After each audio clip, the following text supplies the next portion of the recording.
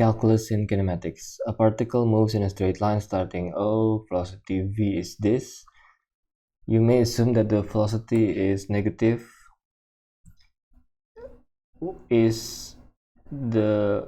velocity is positive when the t is less than 1/2, and negative when it's bigger than 1/2. Okay, so this is actually important because now we know that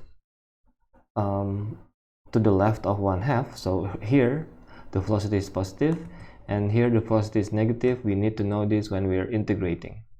Find the distance traveled between 0 and 1/2. So s is integral v dt from 0 to 1/2. This is the v. We integrate using the MF19 formula. So the coefficient here is 1. Rewrite the coefficient. Division line. The new power is 3 plus 1, which is 4, divided by 4. And rewrite coefficient. Division line. New power is 3 divided by 3. And this is actually t to the power of 0. So rewrite coefficient. New power is 1 divided by 1. So we have the integral. Plug in 1/2, plug in 0, and then subtract. If we plug in 0, of course it's going to be 0. If we plug in 1/2, use a calculator, and we're going to get this for the final answer. So just this is the final answer in meters.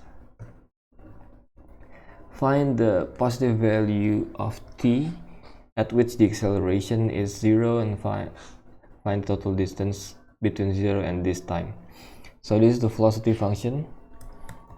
When the acceleration is 0, acceleration means v prime. The v prime is 0. V prime means we differentiate the v. When we differentiate, we bring the power down. So 3 times the new power is 3 minus 1, which is 2. So t cubed becomes 3t squared. And for this, we rewrite the 9 over 2. 2, bring it down. 2 times 9 over 2 is 9. The new power is 1. So this is the v prime. We solve this. We factor out 3t. We have t equals 0 or t equals 3. And because this is other than 0, so the answer is 3. Okay, this is the time when the acceleration is 0.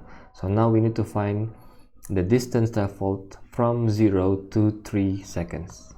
So if you look at this graph again previously, before 1/2 it's positive, from 1/2 to 3 it's negative. So to find the total distance, we have to integrate twice from 0 to 1/2, which we're gonna get something positive from the integration, and from 1/2 to 3 we're gonna get something negative from the integration. We are looking for the total distance, so that's why we do 0 to 1/2 minus 1/2 to 3, because again, whatever we get from here, it's gonna be negative. We are looking for the total distance, so the positive value of this plus the positive value of 1/2 to 3.